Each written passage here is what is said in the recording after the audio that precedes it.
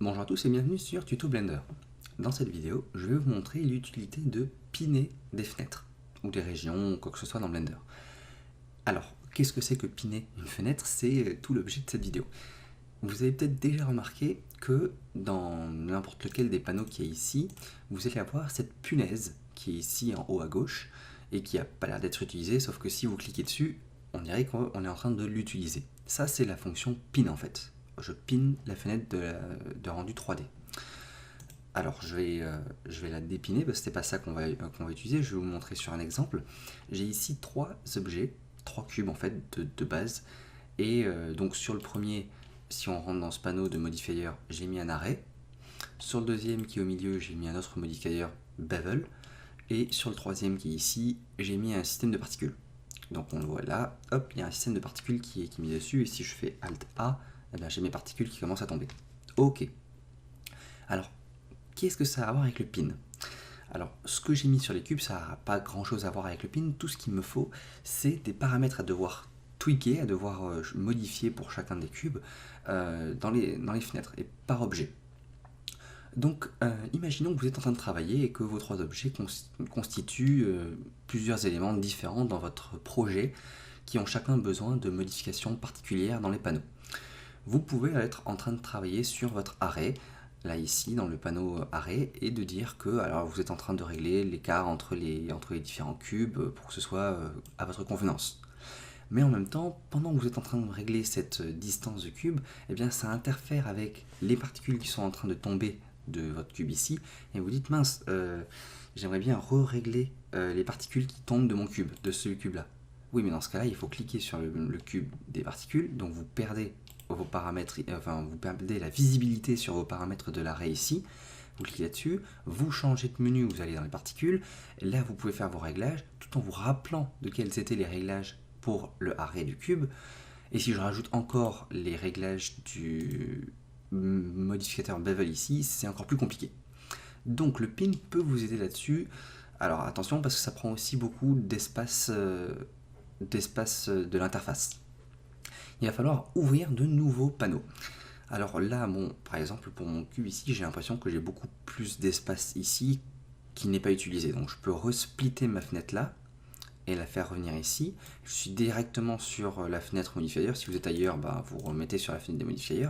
Et vous allez dire que sur la fenêtre du haut qui était là, je veux rester piné sur... je veux piner, donc je vais faire la punaise qui est là-haut, pouf, pour bloquer cette fenêtre dans ma vue 3D. Donc je resterai sur les paramètres de mon cube qui est sélectionné, qui est actuellement sélectionné, et je vais rester sur le bevel et les options du bevel. Donc si je veux augmenter ou réduire mon bevel sur le cube du milieu, je peux le faire à tout moment.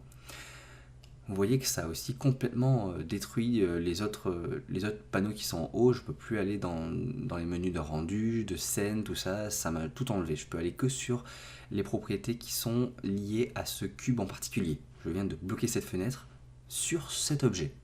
Mais la fenêtre en dessous, elle, n'a pas bougé, elle n'a pas été pinée. Donc je peux revenir sur mes préférences de rendu si je voulais continuer de toucher à mes rendus. Ou par exemple, je pourrais sélectionner mon cube avec le système de particules, aller sur les options du système de particules, et vous voyez que même si j'ai sélectionné un autre cube, ce n'est pas le premier de tout à l'heure, j'ai accès au bevel du cube de tout à l'heure. Là, je peux modifier mon bevel alors que le cube n'est pas sélectionné. Et c'est ça toute la puissance de piner les panneaux. C'est parce qu'ici, je peux continuer de jouer avec Shift A, je fais mon animation, je vois mes particules, et je peux en même temps tweaker le bevel de mon premier cube. Et donc, vous m'avez compris, si je resplit encore un écran ici, que je me mets en propriété, voilà, et que là je me mets en modifier, en sélectionnant ce troisième cube avec son arrêt, je peux piner cette troisième truc, et ensuite, je sais pas, je vais splitter là, dépiner, et aller sur... voilà, avoir un menu des propriétés classique, normal, avec les préférences de layer, de scène, tout ça, de world, et les avoir pour tous ici, mais ces trois panneaux qui ont été pinés, alors non, j'ai pas piné lorsque j'étais sur le système de particules, voilà, je pine le système de particules ici, et donc ici, j'ai les particules pour ce cube-là, En même temps, là-haut, j'ai l'arrêt pour le premier cube, et là, j'ai le bevel pour le cube du milieu. Et ça, quels que soient les objets, si je rajoute un nouvel objet dans ma scène, genre une Suzanne par exemple, ça m'étonne que j'ai pas mis de Suzanne au début. Ici, j'ai encore les paramètres de Suzanne si je veux. Elle n'a pas de modifier. Si je veux, je peux rajouter un Subdivision Surface de niveau 2. Et donc, j'ai les propriétés de Suzanne, mais enfin voilà. J'espère que vous avez à peu près saisi l'utilité du pinage dans Blender. Ça, c'est pour des fenêtres normales. Mais alors, vous allez dire que dans les régions, vous ne voyez pas de punaise qu'il y a en haut. C'est parce que cette fois-ci, il faut le faire avec un raccourci clavier qui est Shift et clic gauche. J'ai fait CTRL clic gauche. Shift clic gauche, pardon. Et là, vous voyez que je rajoute la punaise qui est là. Alors, par contre, dans le cas des régions qui sont ici, le pin fonctionne un peu différemment. Le pin ici fait en sorte que, alors je sais pas, oui, le pin ici fait en sorte que ce panneau, vu que ça c'est la toolbar, donc c'est le panneau des outils, il n'est pas propre à chaque objet. Ça veut dire que si je change sur n'importe quel autre cube qui est ici, je vais avoir les mêmes tools, les mêmes outils que pour ma Suzanne.